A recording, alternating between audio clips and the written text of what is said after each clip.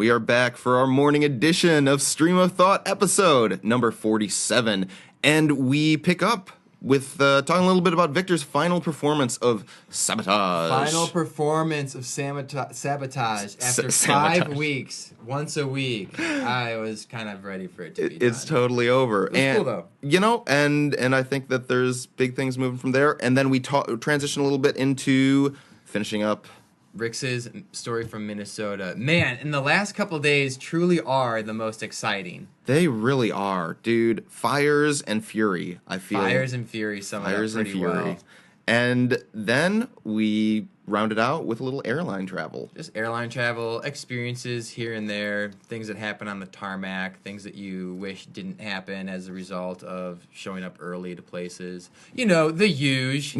And falling out of planes to your death. So with that being said, episode number 47. Let me try that again. Episode number 47, Stream of Thought. We hope you enjoy. I thought you did fine. No, that's a tongue twister for me.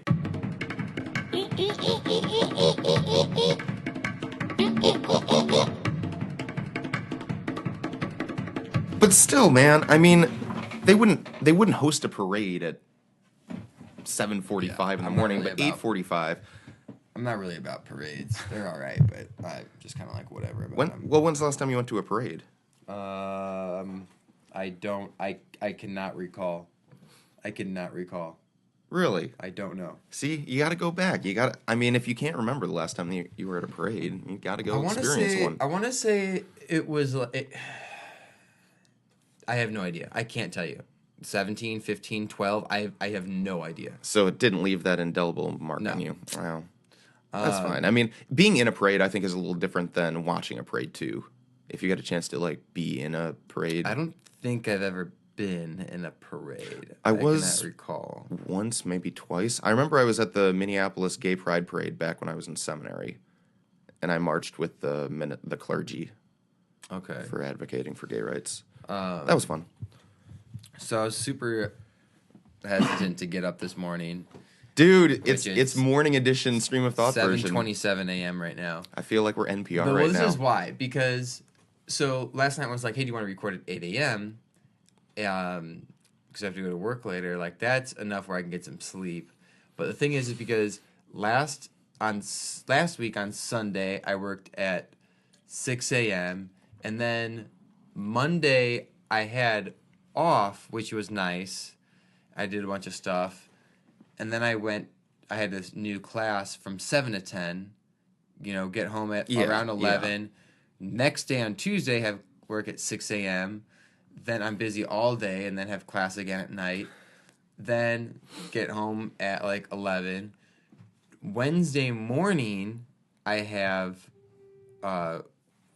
work again, I think. No. I did have work again Wednesday morning. Mm-hmm. And then I had also gone out, because I think we recorded on Wednesday. I went out because Kyle Lynch, it was like one of his last nights in town. Okay. So I went out with him for a little bit. Worked again at Thursday at 6 in the morning.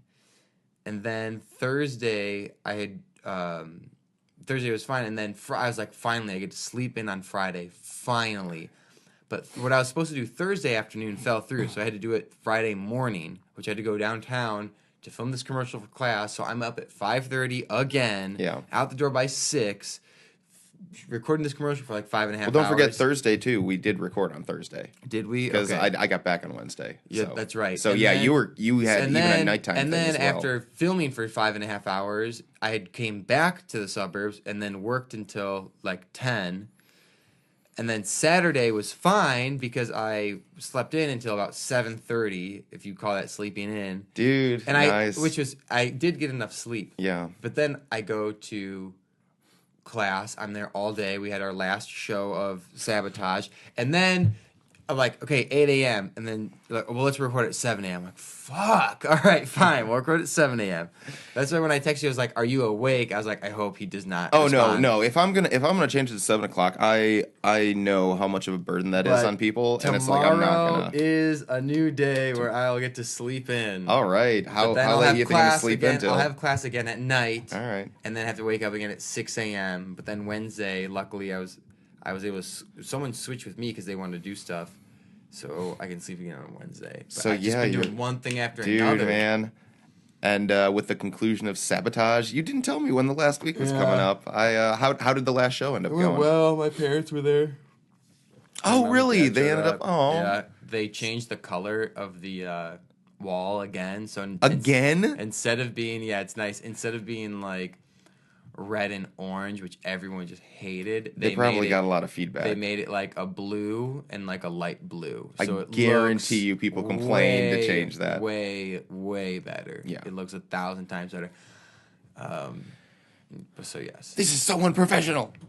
I mean, I still think that it should just be black, a black background. Why not? Yeah. Because it's way more neutral. And in my opinion, if you're doing improv up there, or if you're doing anything up there, it's just, again, it's more neutral. And if you have a background that looks like a dining room wall, it's a little, for aesthetics, it's not as believable when, oh, I'm outside, we're in a cave, like if you're doing improv, or just wherever wherever the scene takes place. Yeah. So that's my 2 cents. So, are there any big takeaways from this whole experience of your set of shows? And any learning curves that you care to share with us? I mean, anything can happen. I don't think I had one. I mean, I only had 5.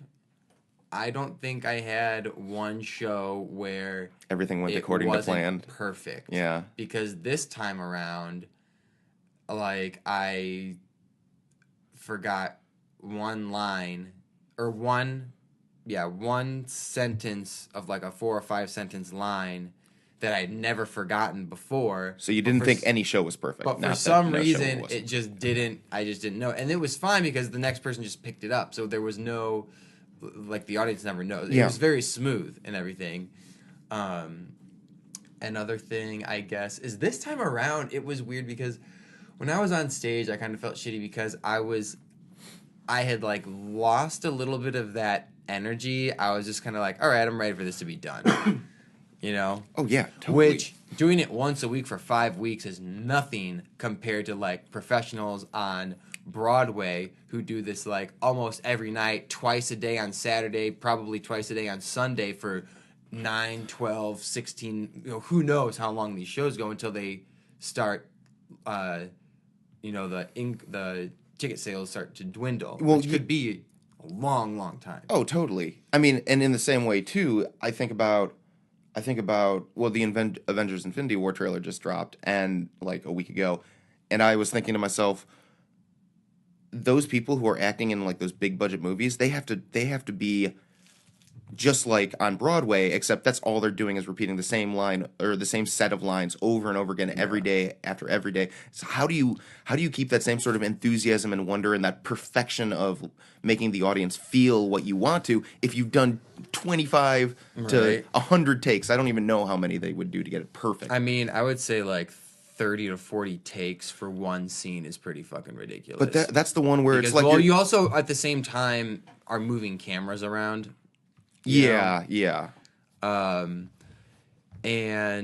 But also with these Broadway shows too, I think I mean, you can get up to the 100, like 500 to 700 shows, like performances. I mean, at some point, understudy, like if someone leaves the show, there's an understudy to fill their role and everything, but it's still just it's still mentally taxing. Time period of doing 500 shows or whatever. What? The person does 500 shows? No. What I'm saying is, you were saying like 30 to 40 takes. Yeah. How do you mentally stay with it? Mm-hmm. And I was saying like, well, like similar with Broadway, where you might a show might run for say 500 to 700 performances. Oh, okay. That actor may be there the whole time, or they may leave, or they may get sick, and then understudy takes over. But what I'm getting at is, it's just like anything, dude. It's just it's just the more you do it, the stronger you are at Your craft. Yes, Just don't turn into Kevin Spacey. Yeah, just don't turn into Kevin Spacey. Yeah, it's just mentally, it could be mentally taxing. And it's just like the more that you do it, the longer you're able to do it before it starts to drain your batteries. Oh yeah, no, and I mean I can't imagine how much energy goes into perfecting your craft. I mean, how much? Where on the scale of 0 to 100% are you saying? Would you say that you are in your capacity as an actor? Me? Yeah, you. I mean, Like here's the thing. zero being I don't think Neil anyone will and ever 100 be. I don't being. think anyone will. If you ask the, I'm saying if you ask like the Leonardo DiCaprios and Charlize Therons of Hollywood, I'm willing to bet that at the end of any film they do, they always look at oh, I could have done this a little bit differently here. Oh, I could have done this just a little bit better. I think people are always, at least how I am looking back, being like, oh, I could have done this better. I could have done. See, there's got to be some better. Objectivity. You have to be able to differentiate the good from the great. But listen. Yeah. Everything I'm doing right now, I'm doing 100%, but that for sure. that level, that bar will continue to increase as time. Yeah. So how much do you feel like it's on. increased on your tracks? No okay, so it's just a little bit. It wasn't like a huge transformative because thing. Our teacher, like getting up for the first time. It wasn't one of those seminal like life-changing moments. I mean, the only thing was that I performed in front of an audience as opposed to like performing in front of like classmates, Yeah, because I mean, I don't know if the attendance was like when I ended up going that week, but it was packed. It was a packed house. It was every show. 50 to 70 people in it. I believe was every show sold out. I think. I mean, they could not have packed any more people in that room, and it's not a huge room. But no. But yeah, it was like a full everyone audience. Was crammed. It was a full audience every single night, and I don't recall what I was going to say next. Somewhat related to this, but I can't remember. Oh, you were talking about the standing up in front of people. Yeah. Speaking for the first time. What I was going to say was you were asking like how much is that increase? Yeah. I have no idea because also in class, our instructor was like saying how everyone's improved so much. He's like, you guys may not notice, but everyone really has improved over the last 5 months. It's like I really don't notice. Yeah. Because there's some little things every single day. Mm-hmm. I'm sure down the road I can look back and notice, but I mean that's one of those things where I feel like it's really hard to get objective feedback. Yeah. Just because, I mean, when you deal with the field of art, sort of art is subjective, so the quality of a performance is in the eye of the beholder, really. Yeah. So, but wow, man. So, any shows on the horizon, or are you taking a little bit of your showcase? So this was Sabotage. This was separate from the class that I'm in. That's Sabotage is done. The showcase is December 16th and 19th. So that's on Saturday and Tuesday. And the showcase is a compilation of scenes of myself and my other classmates. Okay. Yeah. That'll be fun. And how long in the future is that? Well, that's like 2 weeks away. Oh, wow. So that's kind of around the corner. Yeah. So you are onto your next preparation role. Yeah, so after that, we'll be done. I'll be done, and then I'll probably take a little breather from classes and just focus on like getting work. Yeah. But yeah. Cool. Well, we didn't get a chance to finish my little finish up. trip to Minnesota. Where did we leave off? With some sound technical difficulties, which, yes, I'm going to articulate that because it bothered me, so I need to at least voice that. That's all right. No, I mean, it's a learning experience. We've kind of abandoned, like I said, sound well, we just haven't done sound checks. I mean, we've gotten out of the habit of just doing it every week, and yeah. Okay, so... Anyway. I meant, where did we leave off in the story? I know what you meant. I was just looking for an opportunity to insert that. No, so we left off where basically we had gotten to the point of it was like the end of Sunday, so a lot of football, and I was working on my YouTube channel stuff and didn't really get a chance to. But what I found the two most interesting days were the two last days that I was there. And it's just, I love doing random stuff. And I don't know, when's the last time that you threw a football around with a friend? Just like went outside, just played catch. I also similar to the parade. Years, I do not right? recall. It's been years, right? It's been a few years. I used to do that type of shit with Danny all the time in the summer in between colleges. Always throw a baseball or football around. Something so simple but would bring so much joy. So much joy. And so Brooks and I, he had the day off, and so it was just him and I hanging out at his house. And he's just like, "Want to throw the football around?" I'm like, "Sure, I haven't done that." And we started throwing the football around. Was your arm sore the next day? Dude, after 15 minutes, we're both drenched in sweat. We're like, it's probably about 45, 50 degrees out. We're like stripping off our sweatshirts. We're just like panting, like hands on our knees. All we're doing is just tossing the ball back and forth. You know, sometimes trying to make the cool catch and things like that. But after 15 minutes, we're just like, all right, good workout, guys. We'll bring it in. All right, it was a good day. But dude, it was so much fun. Yes, my arm was so sore, I think, like a day afterwards. But I just forgot the simple pleasures of just being outside. You know, it was a really nice day out, enjoying the semi-warm Minnesota winter weather, and just hanging out. I mean, not even talking or anything, just tossing the ball back and forth. It was like, really cathartic. not even talking, like, someone throws the ball, someone makes the catch. You make eye contact and you kind of smile, and for a brief moment, you know, you wish, you know, there was maybe a camera in front of you to take that cliche shot of a guy just having fun with the football.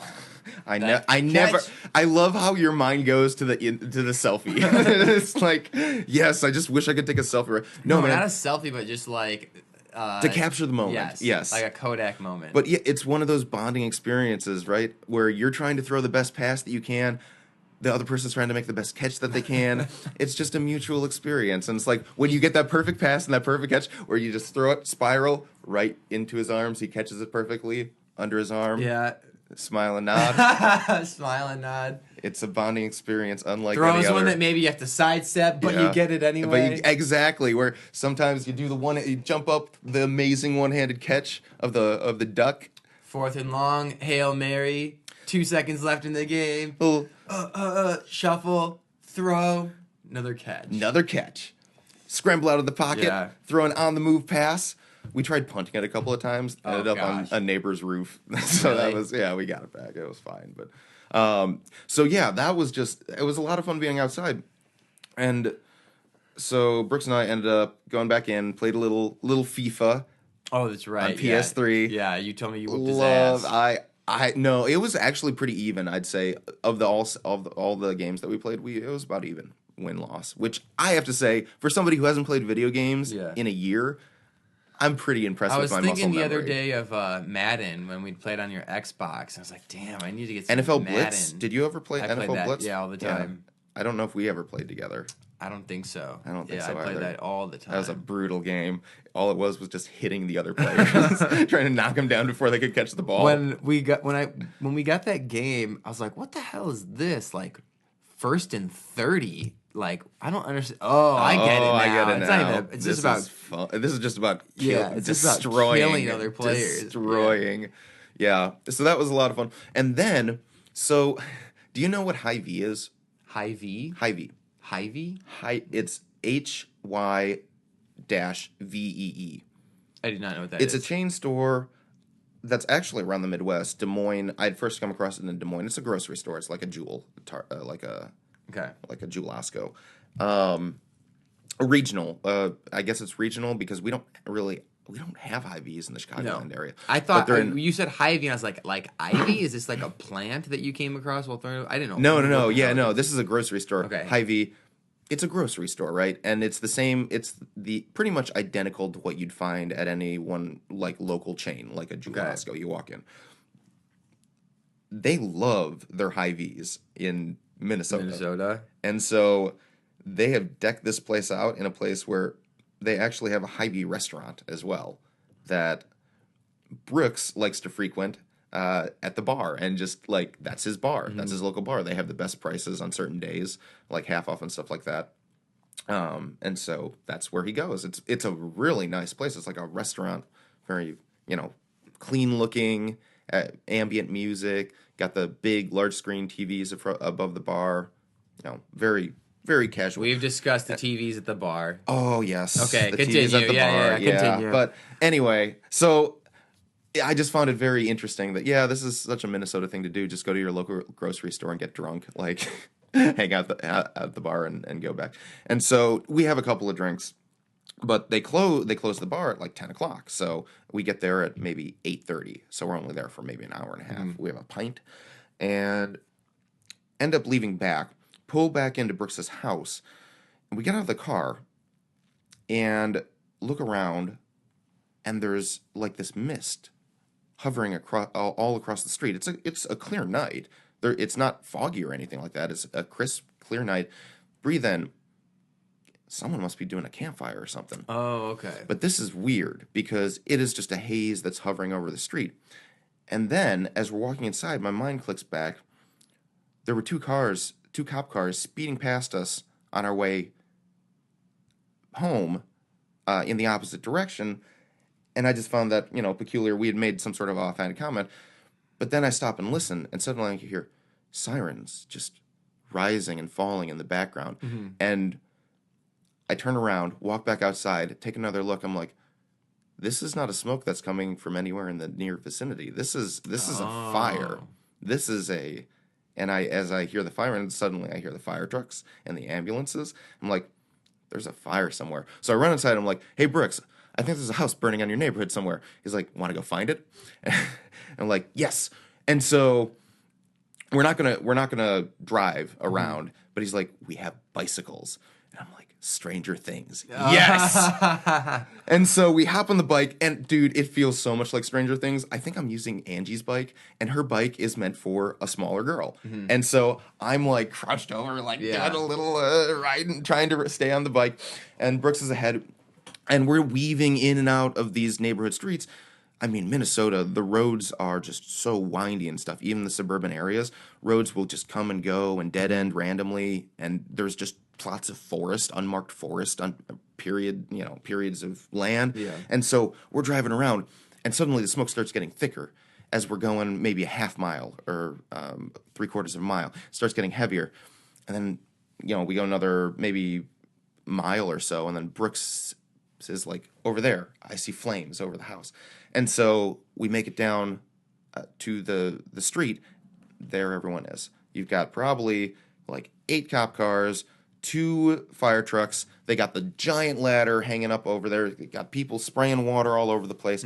Apparently a garage had caught on fire and just engulfed. Wow. It had been engulfed in flames. And the fire had spread throughout basically all over the area. So you had, gawkers and stuff like there. The media I think had just gotten there as we were getting ready to leave. We stayed there for maybe 10 or 15 minutes just being like, oh, this is like interesting, kind of cool. What's crazy about fire is like even when it's far away, you can feel the heat of the fire when it's a big ass fire like that. Yeah. Oh, it was definitely warm. I mean, granted, we were broiling from riding our bicycles 2 miles, but the irony of the whole situation is that, or the coincidence perhaps, is that this is the second garage that's burned down while I've been visiting Brooks and Angie, because it was maybe 5 or 6 years ago that I was visiting them during December when they had an apartment before they had moved into a house, and a garage unit literally across from there had just gone up in flames. Wow. And it was the exact same situation where Brooks and I went outside and just watched the thing burn as the fire trucks. And we told Angie afterwards, Brooks' wife, and she had said something to the extent of, don't tell anyone, like they might come looking for you or something like that. But I just thought that was very interesting. What are the odds of encountering a garage fire twice over the course of a decade with the same friends in the same state, doing the same thing? Like, really weird. That is weird. Flashback. But it brought back a lot of good memories from that day and age, back before more responsibility. That was on Sunday or Monday? That was Monday. And then, oh man, and then here's the part that probably was just the poorest decision that we could have possibly made. So we drive back, and we don't want to have to bike the full 2 miles. So we come across this foresty area that's unmarked, no pass, no nothing. It's just forest. All the leaves are dead, and so it's kind of clear and stuff like that. And on the other side is a street we need to get to. what we would need to do if we wanted to follow the road is go probably an extra, you know, mile around the park. And we're thinking, well, we want to go on an adventure. Let's just cut through it. So we started cutting through it, and it looked as though it was just a little short jog down the hill, back up the hill to the other side. Turns out in the dark, things just expand infinitely more. We get down into there, I am like, holy crap, we're in a forest right now. But I'm still thinking, there's no way it can be that far away. Like, we can do this if we just beeline it through. There's no path, though, and we have bikes with us.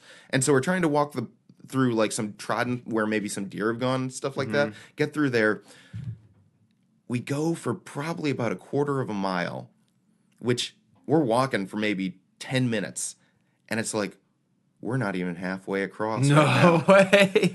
And I'm thinking to myself, how is that possible? How is this possible? We're a quarter of a mile in. We've been walking for 10 minutes now. And we finally come to an area that is it's impassable by just rolling your bike through it. And Brooks and I look at each other, and it's like, do we want to turn back? I think to myself, no. Like, we are going to accomplish this task of getting through this damn forest. We've walked for 10 minutes. I don't want to waste another 10 minutes walking by if we're only 5 minutes through. So we take out the GPS. We're like, oh, we're halfway. We're literally halfway. So we can try and keep going forward, or we can go back. So we pick up the bikes, put them on our shoulder, trudge through the grass, trudge through the underbrush, come across one of these deer hunting cameras, which freaks me the fuck out because it takes a flash of, like, it takes a picture of the deer or whatever with one of those infrared lights. Yeah.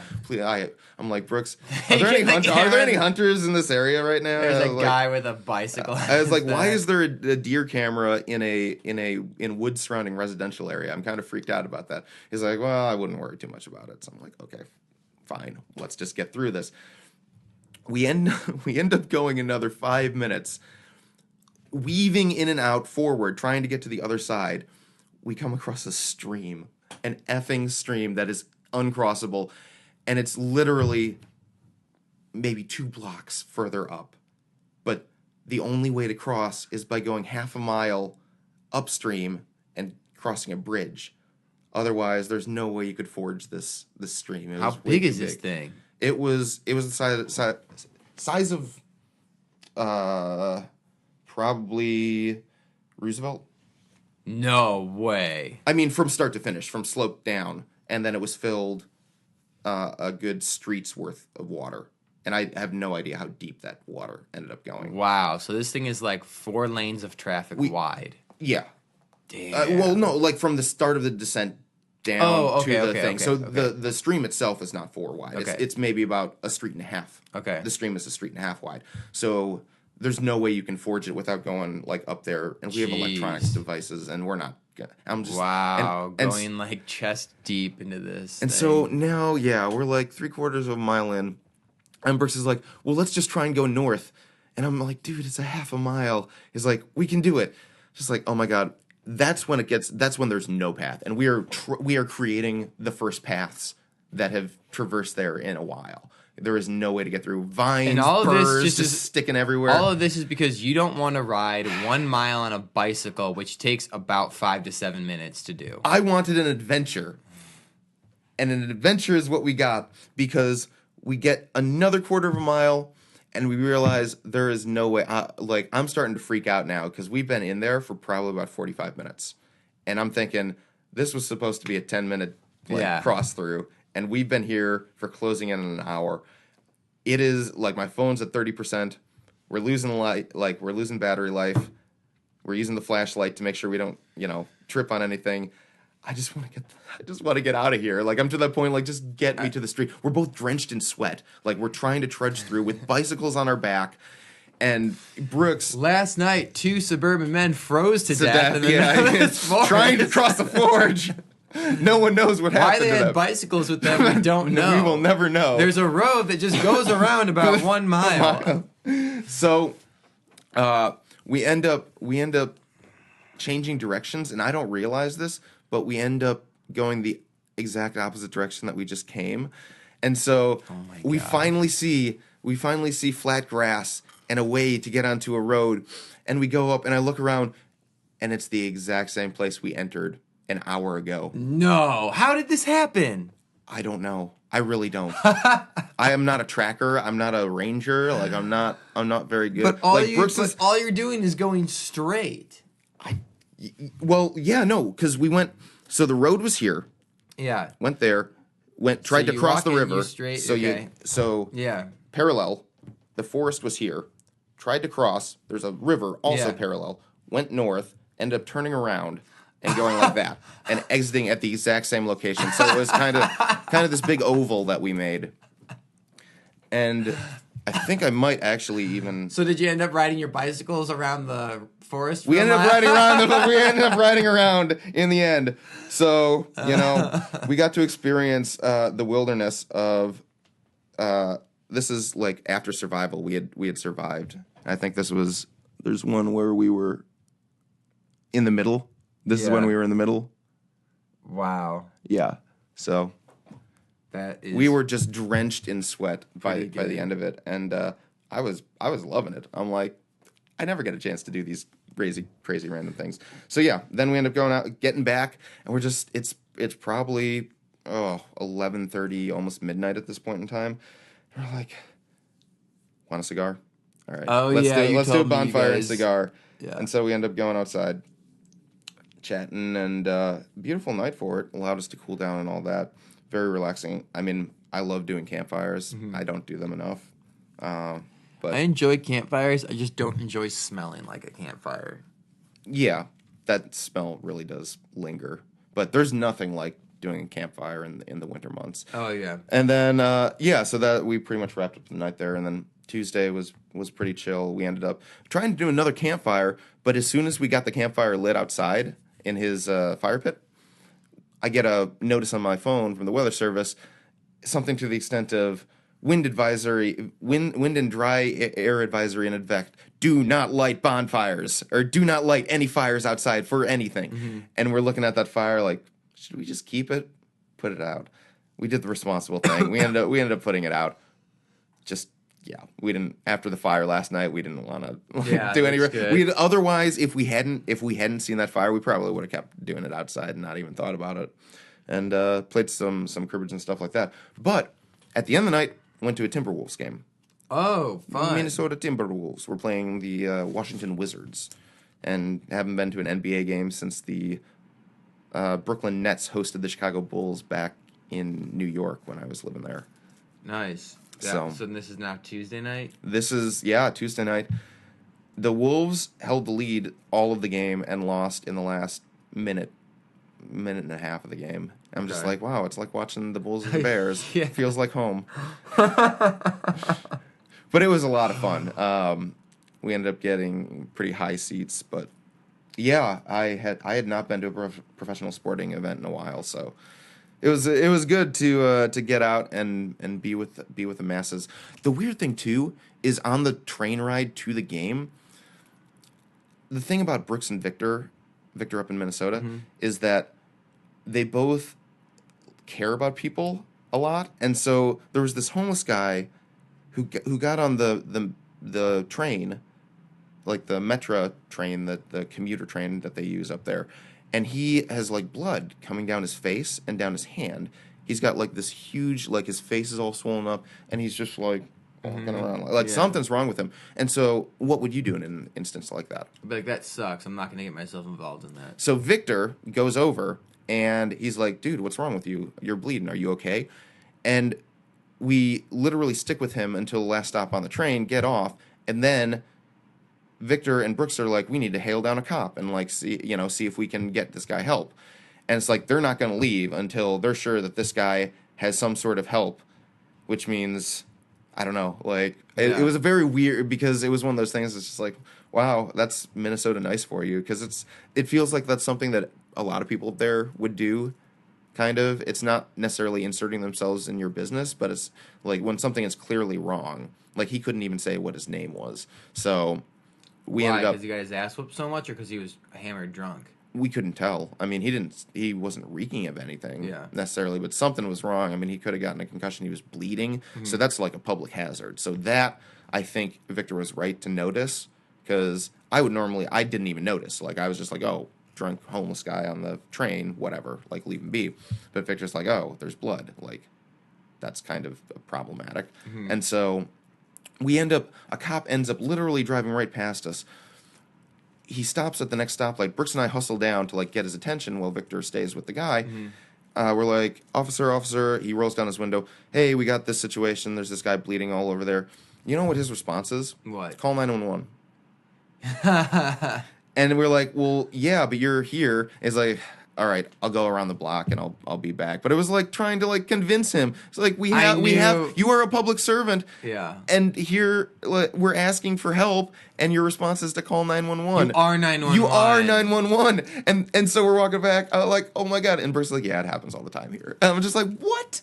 And then we see this other cop car that was parked way down there. If we'd seen that first, we would have gone to them. But I think he radios to any other units in the area, and it just so happened there's two cops there, and both of them get out, female cops, and they come over, and they have like the blue latex gloves and stuff ready, and as soon as they intercept, I'm just like, okay, all right, like, are you guys good, or everything good? And they're like, yeah, we got it, and so we just end up piecing out. But when you said there, I had a feeling that for sure that when you mentioned that you guys go up to the cop, he was just gonna be like, no. Like, just not going to want to be involved. I had a feeling. He looked like the kind of cop who wouldn't want to get involved, too. Like, he had the sort of like the ball, like the glasses of like, I don't really belong in the police force, but my parents made me kind of thing. Yeah. Yeah. Because like anything, like, it's just going to involve more paperwork when he can just... He has to get out in the cold. He can't just driving around. Yeah. You know. Let someone, he would call 911 so that one of his coworkers could deal with it. Yeah, seriously, I think that's what his initial reaction was to do. It's like, dude, you're patrolling this effing block, and there's an issue. That's your responsibility. What are your what are our tax dollars going for if you're not gonna do your job? But yeah, apparently, now that you mention that actually is a common problem. There was a video on, I think, Cracked. It's a YouTube channel. Mm-hmm. That explained why police officers will not intervene in New York City if you're getting attacked with a knife. Really? Yeah, because they could get liable and they don't want to get injured, and there's like liability issues with union stuff. So they'll literally, there was an instance, the story that they were highlighting was two New York officers were in a train car looking in on this crazy guy with a knife stabbing a bunch of passengers, and they were just standing there. So can there be like... And they were in the right for doing that. They were in the right? Legally, yes. Really? Yes. I was about to say, like, can't they be sued for not doing anything? Tried to get sued, and the judge ruled police officers actually are not required by law to intervene when it involves something like a knife. Wow. A gun, they can intervene, but with a knife or a bat or like conduct with just fists or just being crazy without any weapons, they don't have to intervene. Yeah, if What? it's like a crowbar or a golf club or whatever, they don't have to. Really? Unless, and I think it had to do with unless they are specifically called by dispatch to deal with an issue. If they're just on duty patrolling, they don't have to do anything. It has to be officially called in. Why don't you just take out your taser and taser the guy? Legal issues, like they don't want to get sued. So they just don't do anything and let the bloodshed like go. That boggles my mind. It's crazy. When I saw that story online and then experiencing that, it's like, I mean, with police departments all over the country getting sued right now, you do have this pushback from police officers that say, I'm not going to solve crimes anymore because I don't want to get sued. I've seen I know that I believe I think like in Great Britain, the knives are a lot more popular among criminals than guns. Well, guns are outlawed. And they like train police how to deal with people with knives, and they have special, because knives can go through bulletproof vest. But anyway, and I've seen videos too on YouTube on like, this is how this country deals with the police force in this country deals with crazy people or people with a knife or just whatever. It's like, oh wow, this is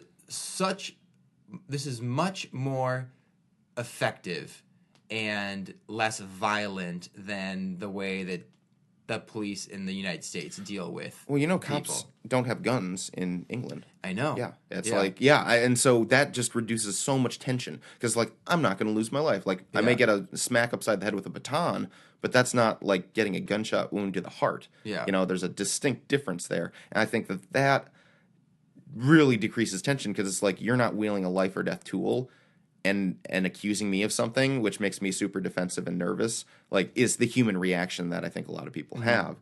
And yeah, simple things that can be done but everyone here is scared for their life. Well, because too, there was a video like, let's say for example, some crazy guy is standing there. The first reaction is like, take out your gun. You just stand there and you point and you just wait to maybe you shoot, maybe you don't. And I think I saw this video in like Japan where they literally walk up and it wasn't exactly like a net, but it was some other weird thing. It was like something as simple as just walking up to the guy. You know, you can be probably a good 10 feet away, just throwing a net over him, and then like 10 or 15 officers slowly walk in. He can't do anything, you know. I didn't think about a net. Like, Wow. it's like something weird like that. Yeah. Like, as simple as that. But I mean, Just that's like, super just effective. throw it over. All right, he can't do anything. Let's slowly walk in, and all right. Yeah, I mean, I worked on Thor. Wow, yeah. I hadn't thought about that, but yeah. So that was one of those things where I have such a sour taste for law enforcement. Not in the people who serve in law enforcement, but in the system itself that they are required to follow. Because a lot of these people are good people put in really shitty situations. It's like working in a broken system only leads to bad consequences. That's a little philosophical, but it's Sunday morning, so why not get philosophical? Yeah. But So that was Tuesday, and then Wednesday. Did you have an early flight Wednesday morning or no, at thank night, goodness. or? It was one of those things too where my flight was at 12:30, so they board at noon, right? We don't leave Victor's house until about 11:38. And so How far does he live from the airport? he lives about 20 to 25 minutes away. What? Yeah, I know. And I'm just like, aren't we cutting it a little close? And we arrive at it's like 11:58 or something like that. And so I'm just like, oh man, and I'm a boarding class too, so I get the luxury of, you know, choosing seats, but if I'm not there, I can't board until I get there, obviously. And so I'm like, oh, 2 minutes till it's boarding. Within 2 minutes, I'm at the gate. From the time that I walk into the airport, go through security, and get to my gate, 2 minutes. How big is this airport? What airport is this? This is a regional airport. That's why. No, I think it's an international airport. But it's the terminals for Southwest, so it's a smaller terminal. But it's no, I mean, and my gate was kind of right there, but basically just walked up the stairs, walked through security, literally just kept going. When I'm at 2 minutes. airports like that crazy. that aren't like super I was the only one crazy. there. Only one. Yeah, when I'm at airports and there's like no one around, it's so weird. It's just like so even because I've been obviously to O'Hare, you know, or LaGuardia or LAX. You went when it's early in the morning, and granted it's not as crazy like on a holiday, but it's still, you know, it's not overwhelming, but there's still a lot of people, and you can get to where you need to be somewhat efficiently without being a hassle. But so when I go to an airport and there's like nobody there, or like for some reason I'm in the middle of nowhere, which to me is any place other than, you know, the top 5 major cities in the country, and like you just walk through security and it's still just a metal detector. Yeah, and there's like no line. They have, yeah. Like I've been through some airports like that. I could live legitimately had like a bunch of drugs in my pocket, and no one would think otherwise. No, and there's no dog. Totally. Yeah. Then it's like a ghost town. It's like what? Yeah, it's kind of creepy because there were 3, I think, lanes open, but again, I was the only one in sight, the only one before me, and the only one like. By the time I'd gotten through, there's still no one had come through. Everyone was just hanging out. I was just like, wow, this is like a ghost airport right now. I don't know if ours was the only flight going on, but it was just super quiet. I had not seen that airport. It was like, quiet. you ever, I believe in, I think it was Meet the Parents, and I think it was Meet the Parents where Ben Stiller is sitting there waiting for like to be boarded on the airplane. There's like nobody there, it's just him, and they're like, boarding, boarding class number 5.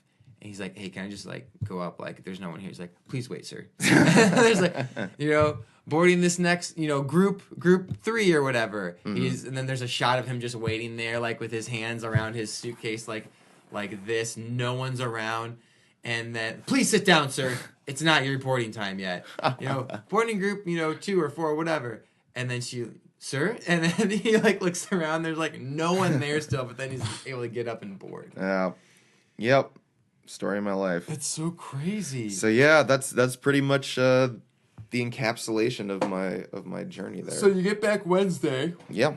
And did you take a nap at all, or what did you do when you came back? Well, dude, I mean, so my flight was at 12:30, and the problem with coming back into Chicago is that you're reliant on basically how close you can get the train into the burbs, right? The metro into the burbs. So I get in, we land, so the flight is only supposed to be an hour and a half long. We land on the tarmac 40 minutes early. Let that register. Yeah. An hour and a half. Oh, trust me, I've experienced, like, any and all airport things. That is almost half the time that they said it would take. And I'm like, what? 40 minutes early? That's awesome. We waited on the tarmac for another 30 minutes because the effing plane at the gate had not left yet. Yeah. So that shit happens. Screw all that F. Because I'm like, 40 minutes early, this is great. Was able to watch a full episode of Law & Order while we waited for the plane to dock on the free Wi-Fi, on Southwest free Wi-Fi. It's funny because it feels like sitting on an airplane, so let's say if it's an hour and a half flight, you land 40 minutes early. That 40 minutes is more frustrating and boring than if you were just been in the air. I know. Exactly. Even if they're in the air and like, hey, we're going to have to circle for a little bit, it's like, it's all right. We're still in the air. I can look out the window, but like nothing is like going if you're on sleeping when you're just standing. If you're sleeping too, when you hit the ground, you naturally wake up and like wake yourself up.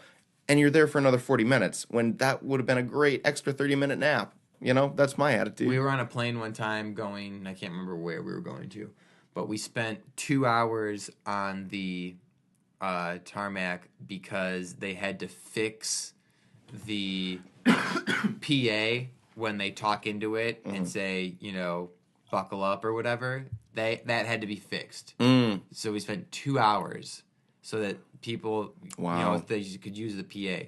I generally don't have any issues when it comes to flying. I've had pretty good luck. I don't either. I like flying a lot. Me too. I always feel funny when I'm sitting on the plane and they're like, "Oh, it's so fucking cold outside. We're gonna have to de-ice the plane so you guys don't die in the air." I've had multiple. Okay. Yeah. Okay. But it's cool because they're pumping this like green or pink, sometimes chemical or like this weird colored chemical. And it's just like it looks kind of cool. It does. Yeah. I've had that happen a couple of times, and again from Minnesota, where I think it was one of the small airports or something like that. Where, I've experienced a lot of de-icing of the planes, which is like, God, it's effing how cold. It should not be this cold that they need to de-ice the planes that are in action constantly. I also, when I look out the window, I use my imagination and I think to myself, when we take off, if I were on the wing of the plane and I'm holding on, I've got my chest on the wing and I've got my fingers Tom around Cruise the style. edge. Yeah, I'm like this.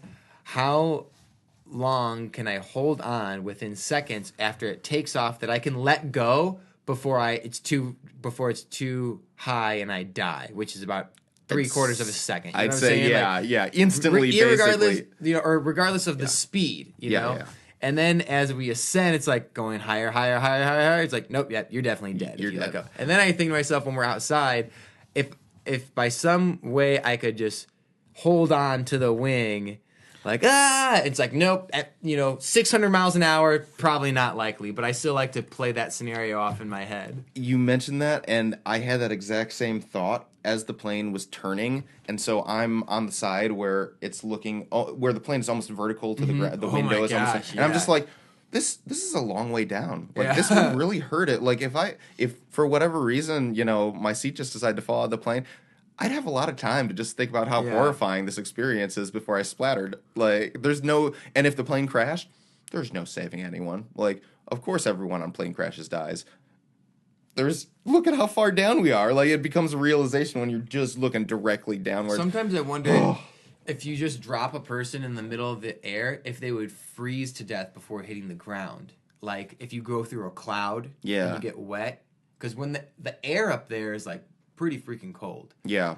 But on your way down, too, if it's, like, a cold day, even when you're back, not up at the level where the planes fly, but if you're wet and you're falling. I don't know. I feel like that's degrees. a Mythbusters experiment right there. I feel like maybe you wouldn't freeze to death, on. but it would certainly be uncomfortable. I'm sure someone's tried.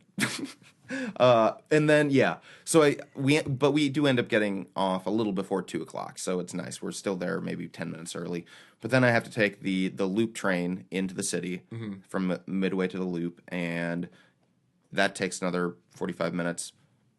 By the time I get in, there's no way I'm catching the 2:40 train. I have to wait to the 3:40 train, which doesn't get into Glen Ellen until 4:30, and then I have to walk from the train station to my house, which is another half an hour.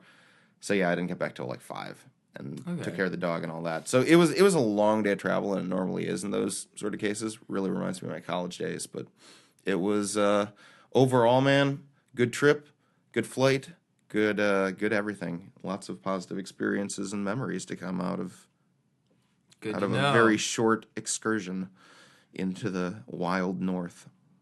If you could sum up your trip in one word, what would it be? Legendary.